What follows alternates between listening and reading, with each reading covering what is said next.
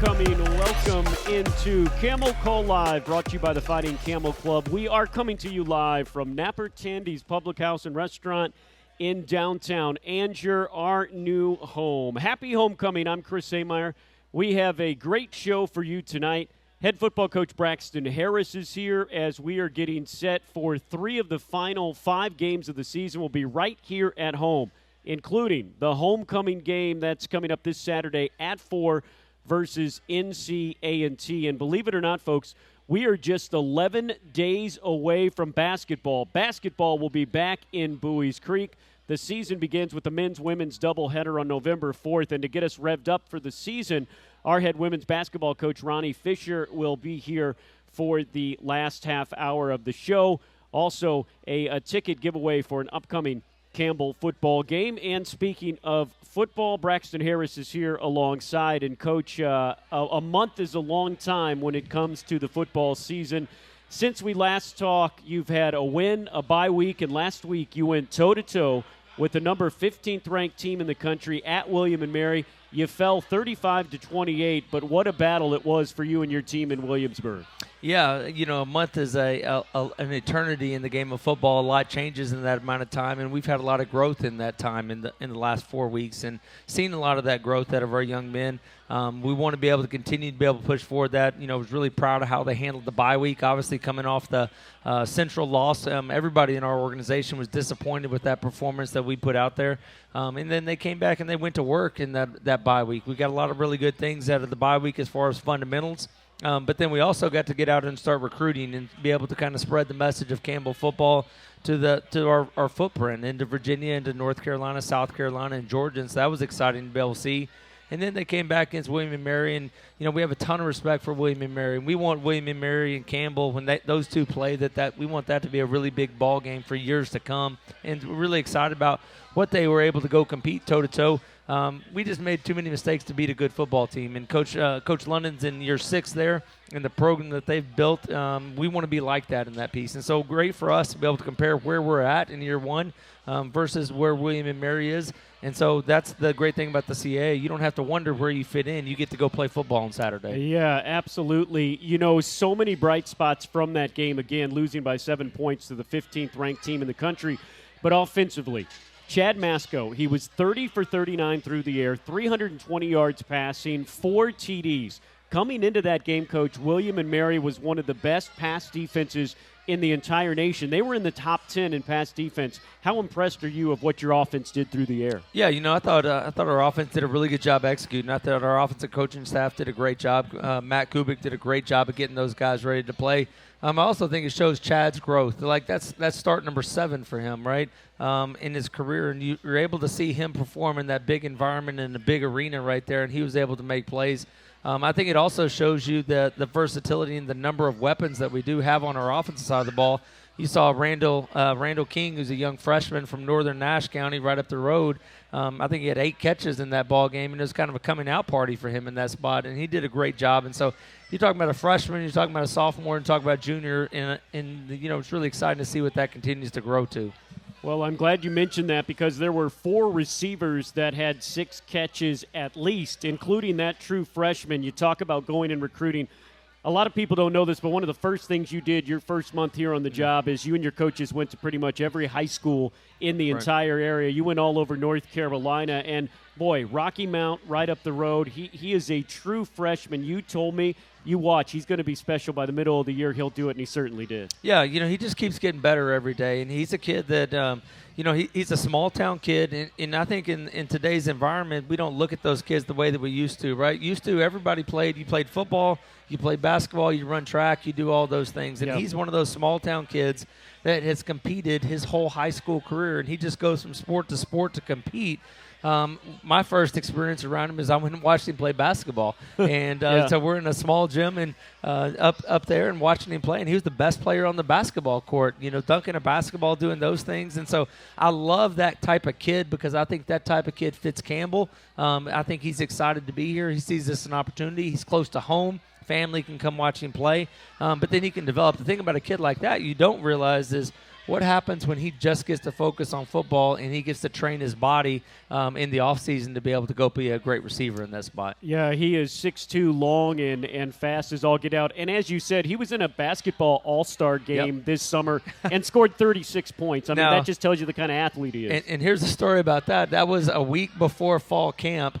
He did not tell us that he was playing in that I wasn't going to bring that tournament. up. I wasn't going to bring that up. And he told us he was going to tell us if he was the MVP, but if he wasn't the MVP, he wasn't going to tell us.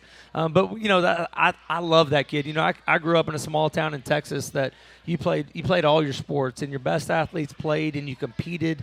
And one of the things that you get when you compete year-round is you get the competition, right? When you specialize and just do one sport, you only compete for 12 times a year in that piece. That kid's competed 60, 70 times a year in that piece. And so I think there's some opportunities, like he goes into a William and Mary environment, and he's competed so much that he just does what he's trained to do, and he goes and competes. I obviously interview tons of coaches in that, and I think you are one of those that would agree with me. When I have parents come up to me and our friends and say, hey, how can you get someone to Division I? Number one, I'm like, you shouldn't think that way. But number two, don't limit them to just one sport when they're young. When you talk to coaches, they love the kids that have played so many different sports. 100%.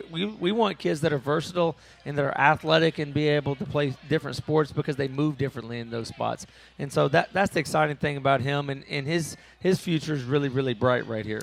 Another one of the homegrown talent that you have, a little older, but he didn't come in and make the impact of a Randall King. He was somebody that you recruited in V.J. Wilkins. Yeah. He redshirted. Last year, when you weren't here with the program, he exploded. He came back, and he had another great game. 2 touchdowns, including, you want to talk about a highlight reel, and you want to talk about some football knowledge. This is a kid that made a great catch off a great pass, and then had the wherewithal to dive. He was going to be out at the 5, but he dove, got that nose to the football on the pylon. There's this photo at GoCamels.com that has him like this. Just sensational what he has become. Again, another guy that was overlooked out of high school. You guys didn't overlook him, and now he's a star in this league. Yeah, one thing about that play in particular, and kind of hitting on VJ, 2 plays later, we missed that same pass to him, and he dropped it in that piece, right? And we came back, and Coach Kubik and Chad went back to the exact same play, and he goes and makes it. And I think that's part of the development of growth of this football team to be able to see that.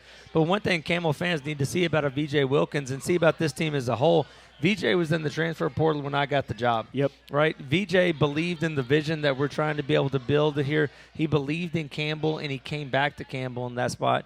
And so right now we're sitting as a football team, and we're a 2-5 football team. Nobody wants to be 2-5. I think we've had the toughest schedule in the country, and we can talk about that all you want to talk. But we got young men that are going to go out on that football field this Saturday that are proud to be at Campbell. They chose Campbell, and they're continuing to be able to put a product on the field to be able to go compete.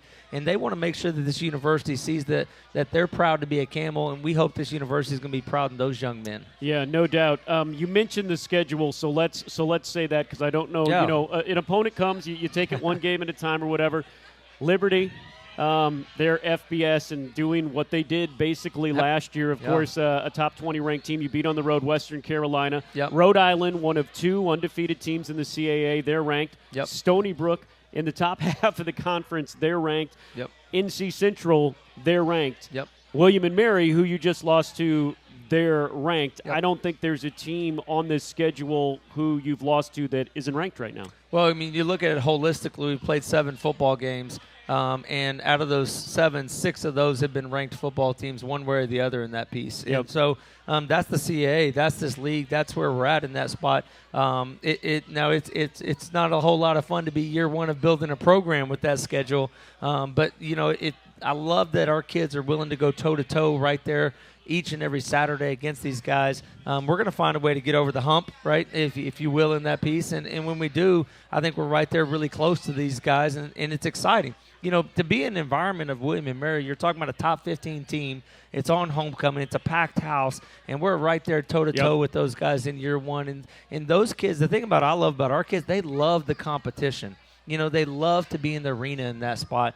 And I love that they get excited about those things. And so we appreciate the battle. We want to win. but we got a group of guys that also appreciate the battle. Well, yeah, and 2 years ago when you went up to William and Mary, that was not a close game in the fourth quarter. It was a tie game this year in the fourth quarter, which I think says so much as well here in year one of the program. Hey, wide receiver Sincere Brown, it's tough to have a quiet 80-yard, one-touchdown game, but he did it. But Sincere Brown now, you look at what he has done. 15th in the country in receiving yards, over 600. Top 10 in the country in TDs with 6. Top 30 in receptions per game. He is on the top of everyone's scouting report list now. Yep. He has been since game one, and he's still getting his. Yeah, I mean, here's the thing is, like, we saw him make those plays on Saturday, and everybody sees him make those plays on Saturday. Come watch Tuesday practice, because he still makes the plays on Tuesday. He practices like he plays in that piece. And when you're building a program, you got to be able to have guys, you got to be able to say, look right there, that's what it looks like, right? Well, Sincere gives us the opportunity on a Tuesday, on a Wednesday, on a Thursday, on a Friday to say, that's what it looks like. And then those young guys like a Randall King is able to see what does it look like, how to go be a Division I receiver. And then to me, that's part of Randall's development is he's gotten to watch Sincere do it. Our receivers aren't the prima donna receivers that just do this and do this. Man, they work their tails off every day of the week. And that's the exciting thing is they're doing everything right in those spots. And so, you know, as Campbell fans, as you watch this team and you see those guys and you see them on Saturday, they're also the guys that are doing it every day of the week. And, you know, Harnett County and here at Campbell, we're blue-collar people. We believe in hard work, and we believe that you put your nose down and you go to work. And that's exactly what our kids are, and that's exactly what those three guys are. Well, speaking, you led right into my my next thought and my next question here. You're starting running back, Mark Biggins. He broke his hand last month. Right. He hasn't played. Others have stepped up in that running back room, including, speaking of Harnett County, J.J. Cowan. What a story he is from right down the road, an Irwin kid who went to Triton High School. Absolutely. J.J.'s done a great job. You know, J.J. was one of those guys that he was one of the very first conversations I had when I was here at Campbell. We went over to see him at his school. He comes in with a smile on his face every day, does a great job for us. He's just happy to be here in that piece, right?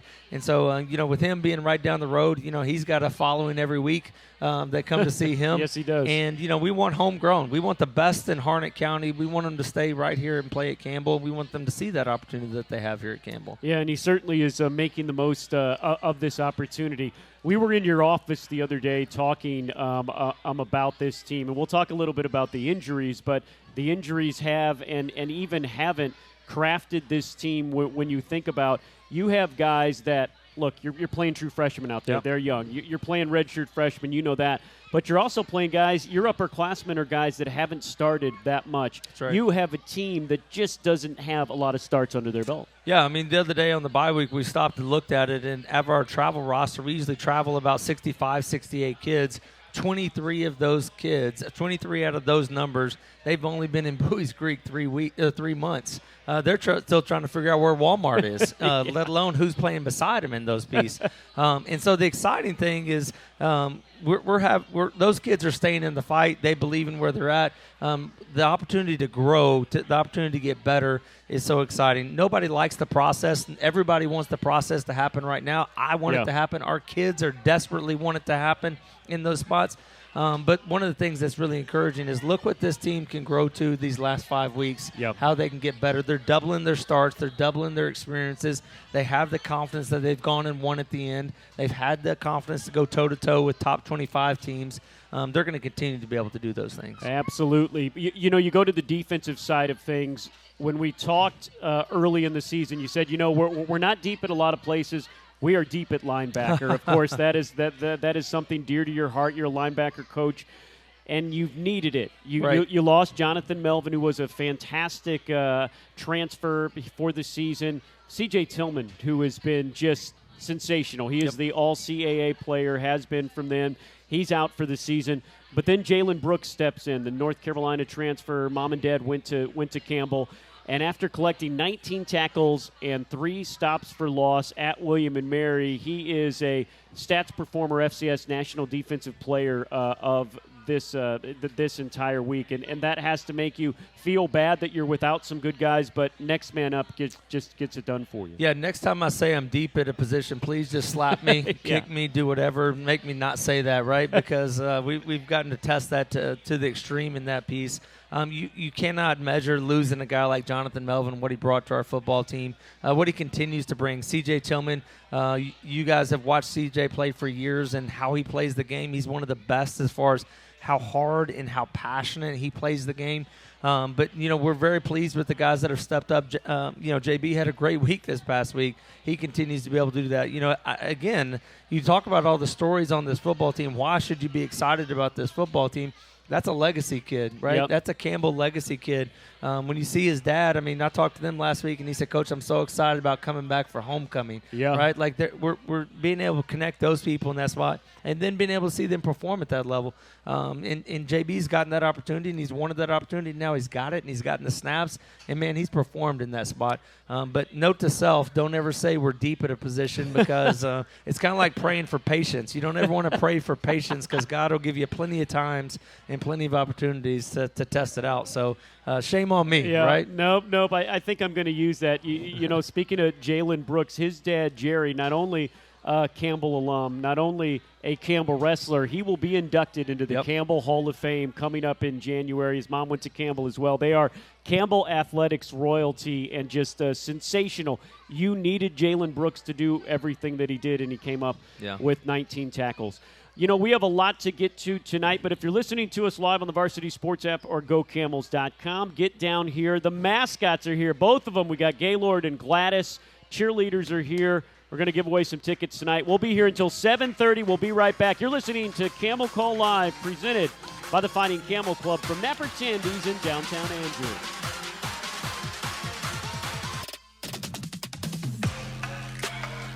Oh, welcome back to Camel Call Live. We are presented by the Fighting Camel Club, and 3 final home games coming up this year. All of our games with family-friendly times, and again this year, kids 12 and under are in for free. Of course, the homecoming game coming up this Saturday at 4 o'clock. Then Campbell goes on the road at Elon. They'll be back home November 9th versus top 20-ranked Richmond, on the road at Delaware, and then the final game of the season, November 23rd, Saturday, against Towson. All the information, all the tickets, go camels.com. Welcome back into Camel Call Live. Ronny Fisher, the Campbell head women's basketball coach, will talk some round ball for us coming up in the next segment of the show, but we are still hanging out with Campbell head football coach Braxton Harris. Homecoming. It's going to be a lot of fun. Not only is he the head women's basketball coach, he's also the mayor of Bowie's Creek. That is also true. If anybody needs anything, it's Ronny Fisher's got the answer for it. And if Ronny can't help you, you don't need help finding it right there. That's right. Believe it or not, you're number 9 for Ronny Fisher. Homecoming's going to be a whole lot of fun. We've got a wall-to-wall party going on in Bowie's Creek on Saturday. The alumni block party, which will be right across from the student union, something new that they're doing, kind of a breakfast brunch thing. A lot of fun will be there from 10 to 12. The parade's at 12.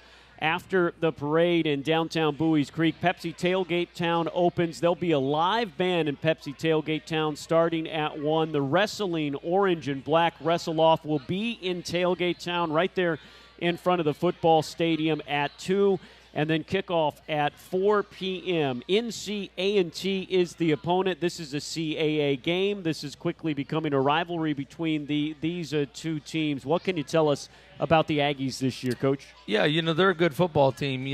Their record doesn't tell you everything you need to know about them in that piece. They're year 2 of Coach Brown's tenure there, and they're trying to get things going in that piece. This is a big game for them, just like for us. You're playing in-state teams. To be able to move the needle and move your program, you got to win in-state games in that spot. And so they're gonna be coming in, and this is a big ball game circled on their schedule, just like it's a big ball game circled on our schedule in that piece. And we're gonna have to get to an early start in this piece. What do you want to see from you guys coming up, maybe this weekend that you didn't see last weekend? Yeah, I sound like a broken record, and y'all are probably tired of hearing it. We got to start fast, Again, we got ourselves kind of in the mud is kind of what we talk about. If we can't get ourselves in the mud, we do a great job of getting out of the mud. It's just stay out of it, right? And we got to be able to start fast, and we got to be able to get up in the first quarter, get ahead against them in those pieces, and we haven't been able to do that up until this point. that's something we talk about. We rep every single day. We've changed how we practice. We do some different things to start practice that we didn't do at the beginning of the year to try to get our minds going back that and train to start fast. And so we've got to be able to do those things. I think it's going to come down to explosive plays. We've got to be explosive. When our offense is really going, we're explosive, both in the run game and then the pass game.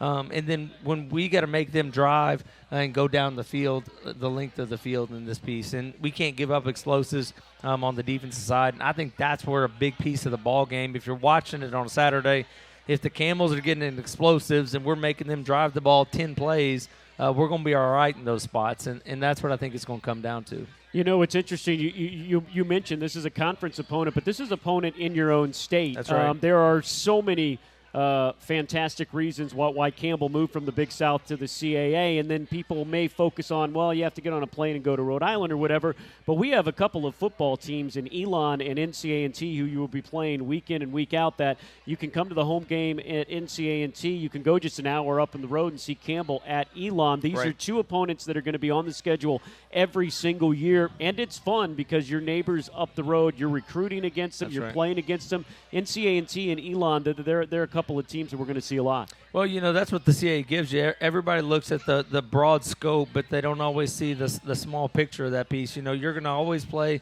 A&T. You're always going to play Elon. You're always going to play Hampton after this year. Those are our three that we're always going to play. Then you add William and Mary in those pieces. I mean, there's 4 games that are within 3 hours that you can be able to go and be able to drive to and then drive home to watch. That those are going to be on your schedule every single year in those spots. And so that's the fun thing about the CAA. You know, to your point, everybody always sees the Delaware and the Rhode Island piece of it, and those are kind of outliers more than they are the norm in the CAA for us in that spot. And so I love it because you have regional rivalries, which I think make college football different. Yeah, and you want to talk about some parity in this league and how good this league is. There's only 2 undefeated teams left in the CAA. That tells you a little bit because you know what? There's 5, I think, in the latest one, 5 teams that are ranked from the CAA, others receiving votes. It is just such a good league that every single week, if you're not playing a ranked team, you're playing a team that maybe have been ranked or, oh, by the way, won a national championship 5 years ago. It's just amazing week in and week out what you face in the CAA. Well, and then, like we were talking earlier in that spot, Delaware is a team that if Delaware was eligible to be ranked because they're transitioning to FBS, they're not ranked. I mean, you look at our schedule right now, we've had, 6 out of the 7 have been ranked teams. And then if you're talking about you're adding Richmond down the road and adding a Delaware down the road, you're talking about 8 out of your 12 right now are predicted to be top, ranked teams in that spot. And so, man, it's a lot of fun because you're playing really good football teams. And the exciting thing for me is why I wanted to be here and I wanted to compete in the CAA, because if we can win at the CAA, which I think everybody that's watched this team play over the last couple months thinks that we can. If you can win in the CAA, you can win big. And you're talking about playoff wins in that spot. You go to some other conferences, and people in Campbell, people need to realize that we're so thankful to be in the CAA. We don't need to be in a one bid league conference. There's a ton of one bid league conferences out there that if you don't win it, you go home and you don't get an opportunity to compete because your schedule's not strong.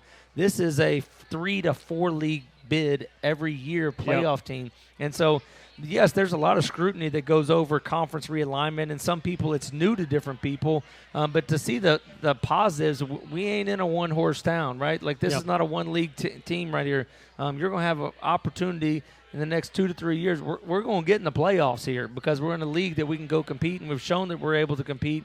And the fun thing is, man, when we host a playoff game at Barker Lane, man, that's going to be a lot of fun. Man, you mentioned that, and you mentioned the fact that 3 or 4 year in and year out, but this is a place where 5, 6, 1 year, the CAA had 6 teams, 1 automatic bid, mind you, and 5 got in. Hey, so speaking of Bowie's Creek, what it would be like for a playoff game, you've been a part of homecoming before. I tell everyone, if you think you know Campbell, if you don't know Campbell, come during homecoming weekend because Bowie's Creek gets full now, and that stadium gets full, and it really gives you – it's what Southern football at a place like Campbell is. Yep. Homecoming is the best, and I can't wait till this Saturday. I know you can't either. Absolutely. You know, those are things that make Campbell special. Like we got Gaylord and Gladys here. Well, they were at Bowies Creek Elementary today for a fall festival in that speed, right? And so the cool thing about homecoming is Campbell and Harnett County are one and the same in that piece. And so it's really neat to be able to see people come back.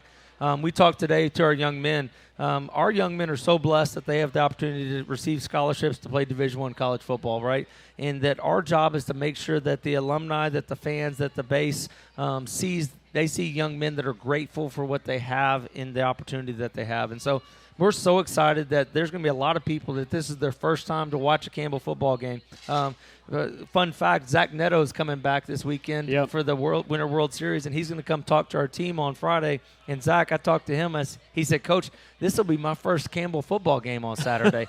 And so, you know, we get an opportunity to showcase Campbell football to somebody for the first time, and that's exciting because we believe that when they do those things, they're going to catch fire, and then we're going to continue to build that. But homecoming's a big day. It's a big day for our kids. Our kids want to make sure that the people that come back and the alumni, the fans, the friends, that they come back, that they see a football team that they're proud of in that spot. Just amazing. You've had a relationship with Zach Neto before he was the starting shortstop for the Los Angeles Angels and one of the best young players in baseball. Ryan Thompson, who now has spent a half decade in the major leagues, relief pitcher for Arizona. He's going to be back this weekend too, and that says a lot about you, but also about him that he's a young guy. He is all everything at MLB.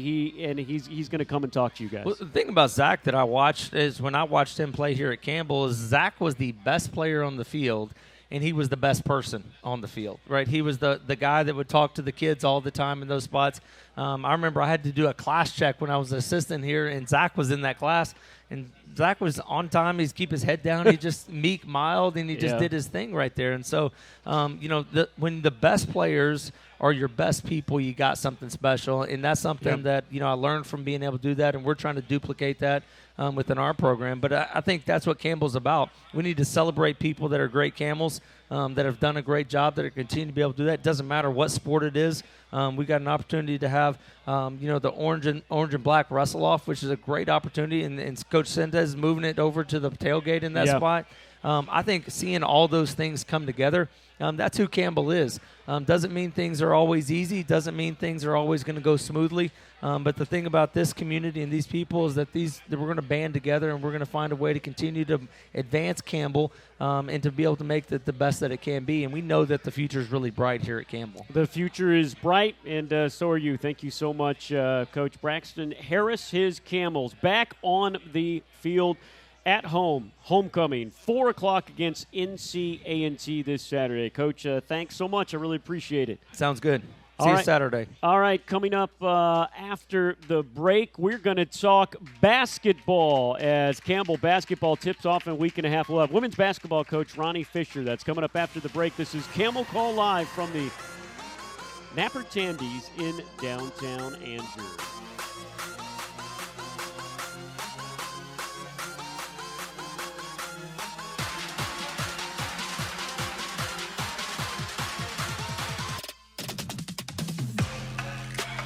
Hey, welcome back to Camel Call Live from Napper Tandy's in downtown Angier, just about 10 minutes away from Barker Lane Stadium, Go Arena, and the Campbell campus. Hey, we've got a really cool thing happening in just about a month, the Orange Tie Gala. It is now a fall event. This will be the second annual event.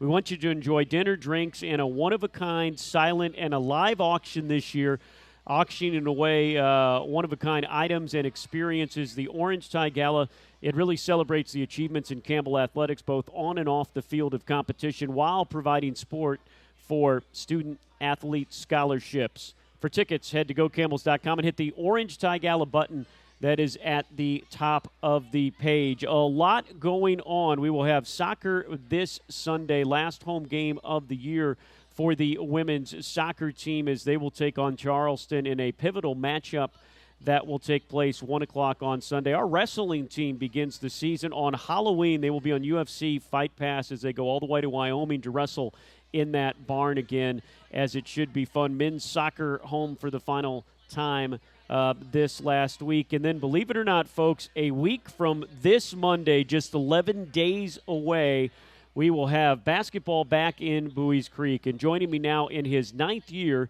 as Campbell women's basketball head coach, he has amassed 152 wins here at Campbell, averaging 19 a season, a conference title, and 3 Coach of the Year awards.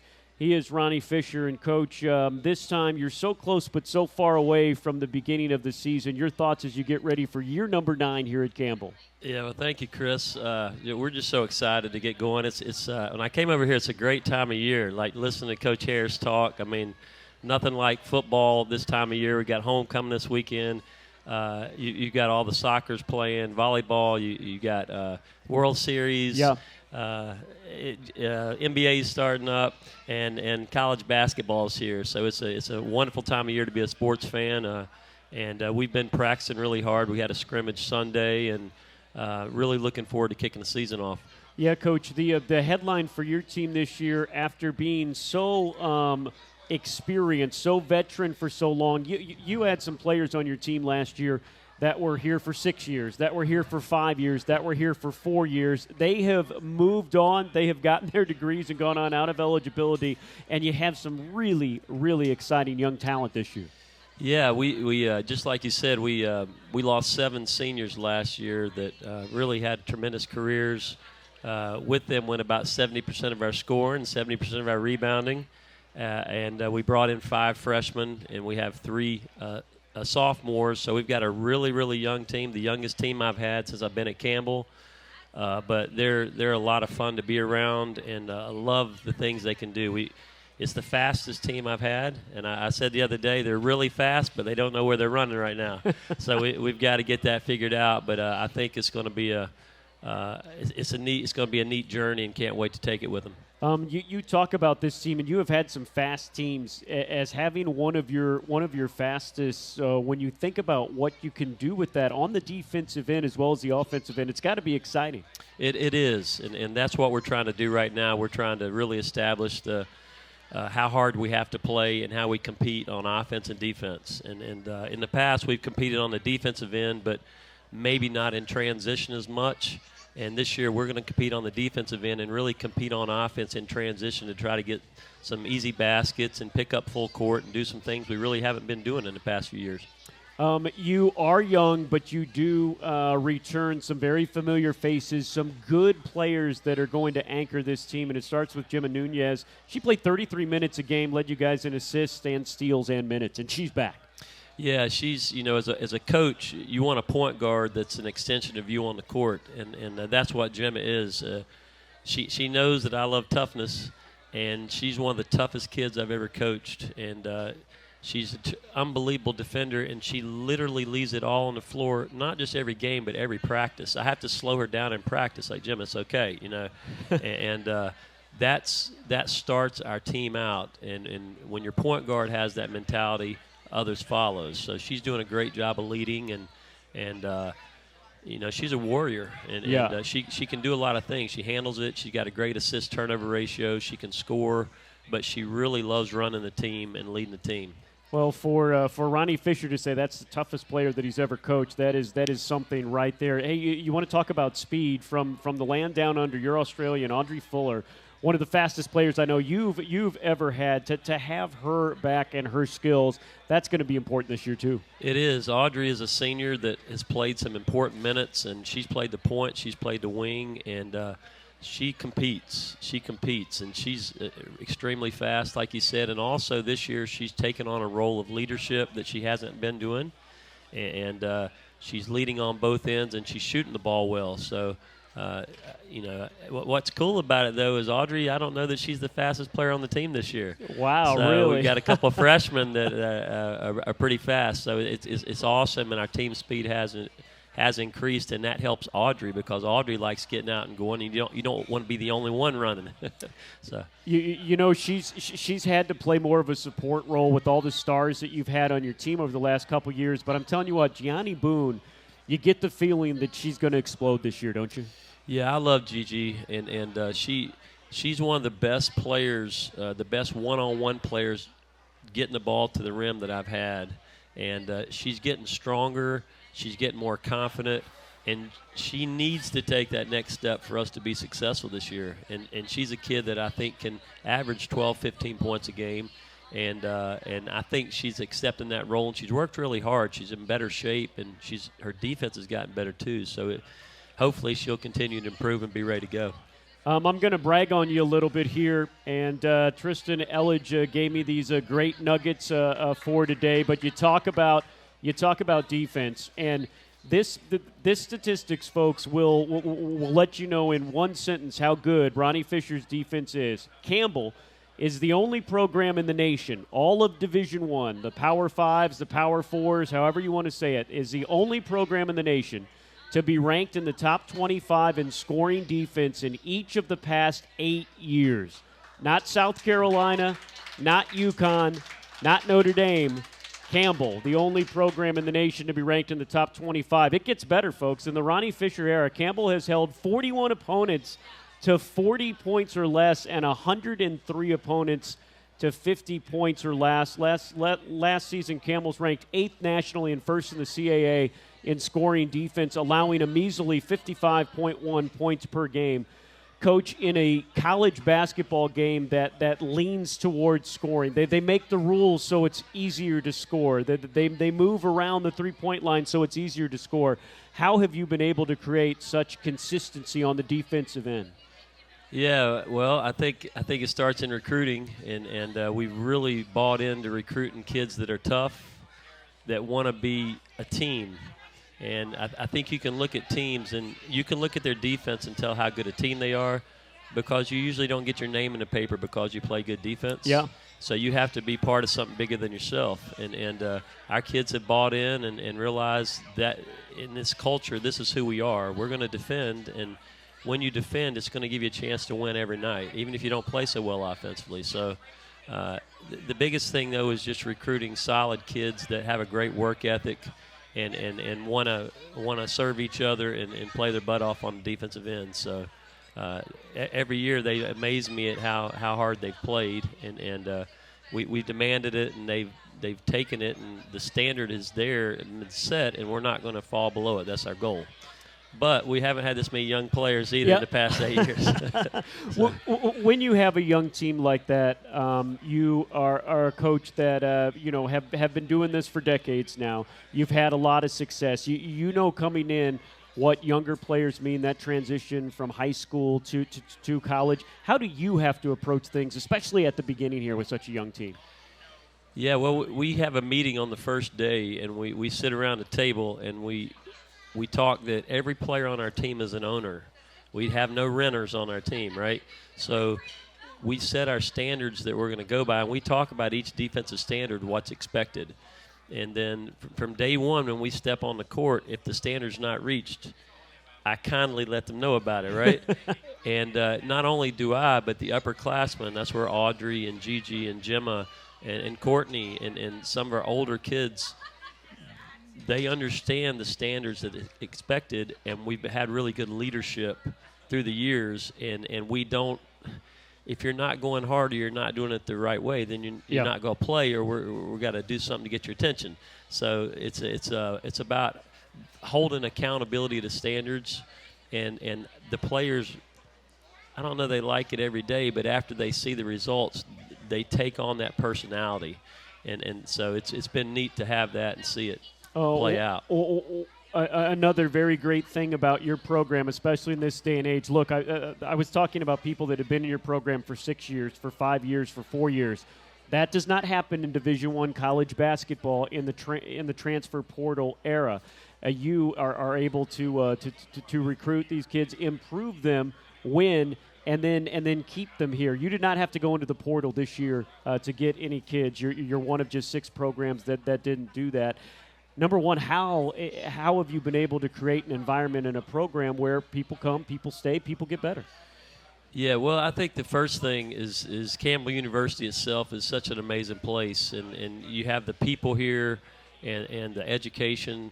I think that's part of it. But then the next probably biggest thing is our staff.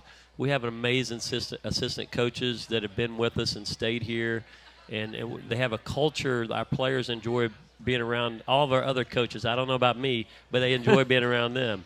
And our coaches also, like, we've really done a good job of recruiting kids that fit here. Yeah. And I remember I've talked to several coaches on staff here. You know, Campbell is a little different place. You want to make sure you get people that fit here, that want to be here, that want to stay here. And I think we've done a good job of that. And when you recruit like-minded players that become a family, they don't want to leave each other. And I think that's what we've done a good job of. And the culture's been really good in our program, and we've had good leadership. And hopefully we can continue that with our freshmen. We have, like I said, 5 coming in. We want to see them graduate in 4 or 5 years. So you talk about having great assistant coaches. Lindsey Bowen, who had been here forever, former WNBA, Michigan State Hall of Famer. She has moved on, but you replaced her with a Campbell legend, leading three-point shooter ever. We talk about Shai Tooley because of COVID, because of medical hardship. She was here for 6 years, an amazing career, and you convinced her to come back and be a coach. Boy, what an asset she's going to be as an assistant. Yeah, I love Shai, and you know, she's awfully young. Kind of. She was at Campbell 6 years, right? Yeah. But I've never had a player that played on the court and the next year became a coach. But, you know, in my mind, Shai had a 6-year job interview. Yeah. and I'm going to tell you what, I've never had a player more loyal, that cared about winning, and came to work every day with a focus, laser focus every day for 6 years. I mean, that's amazing. And she came back. She had a season-ending injury her 5th year, and she could have quit basketball, but she came back for a 6th year just because she loved Campbell. She loved playing. And you know, she's able to relate with our players and know exactly where they're at, and she also can push you. She pushed her when she was here. She was a great leader in that area. So it's a blessing to have her back. I hate to lose Lindsey. Lindsey did a great job, but Shai is going to be awesome. And then Megan Hall, I think this is year number 19 or 20 for her. Oh, my gosh, because she was with Wanda Watkins' staff for a long time. Yeah, that's one of the best decisions I made to keep her when I came here, and she's been a tremendous assistant and asset, and made her associate head coach as she earned that.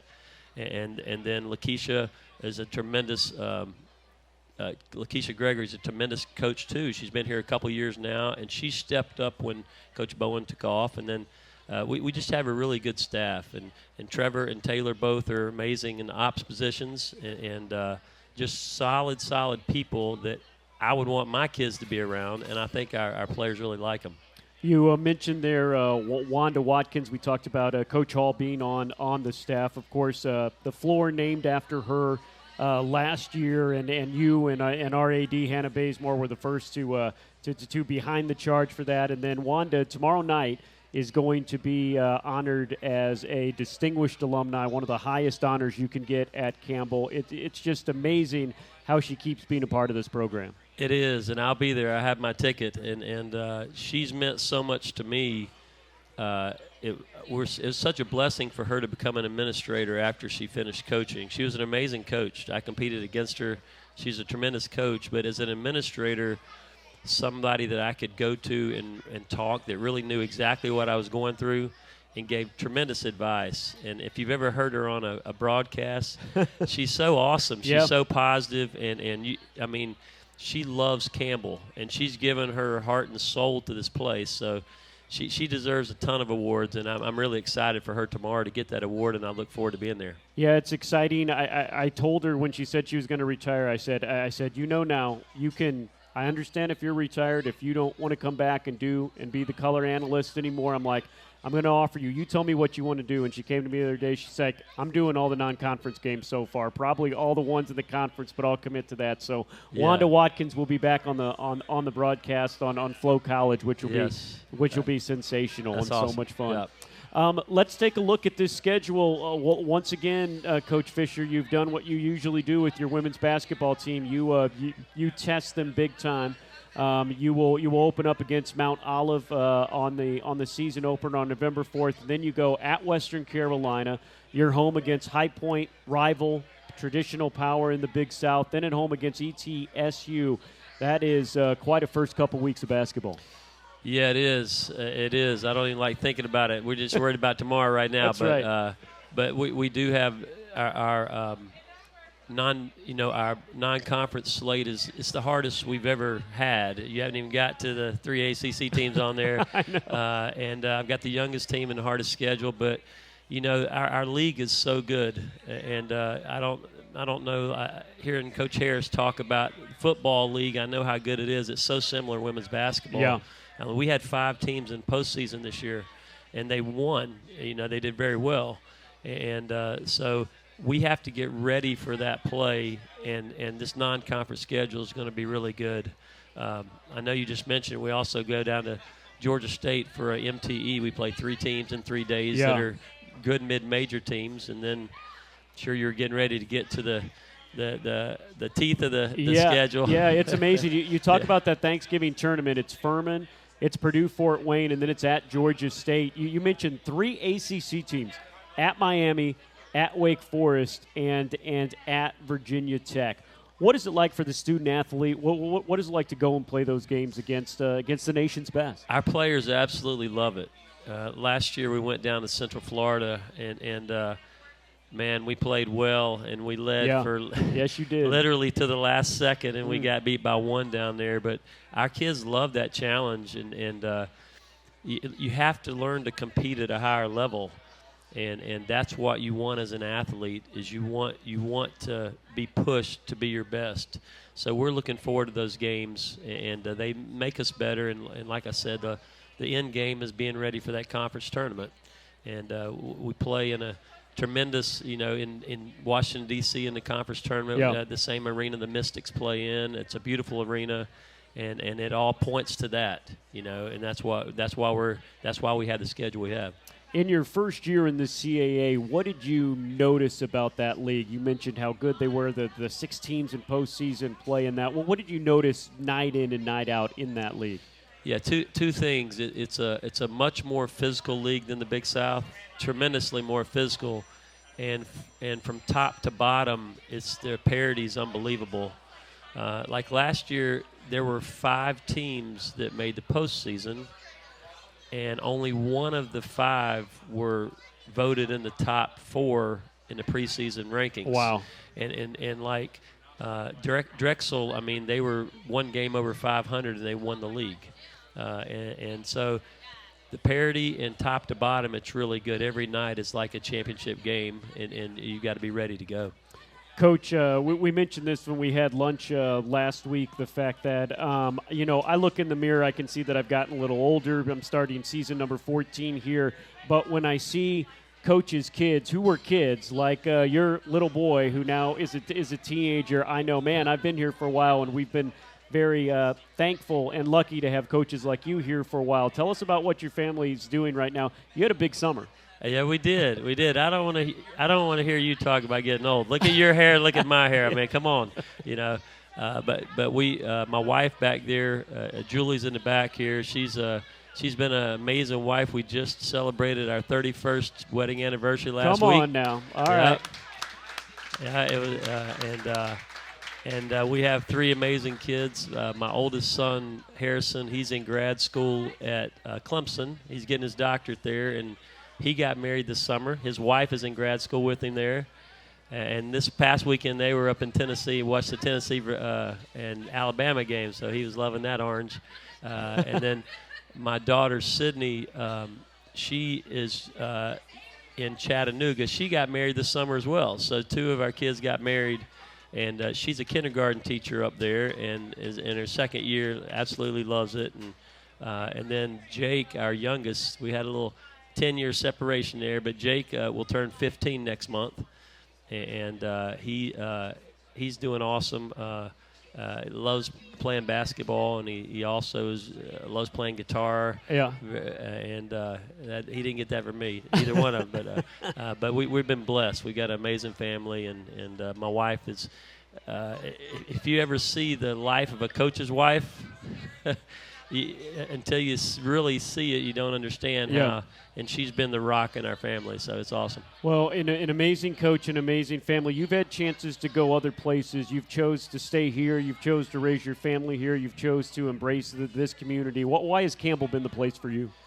Yeah, it's first about people. You know, I had a good job before I came here. Didn't plan on leaving, but the people here were amazing, and then also the chance to win championships.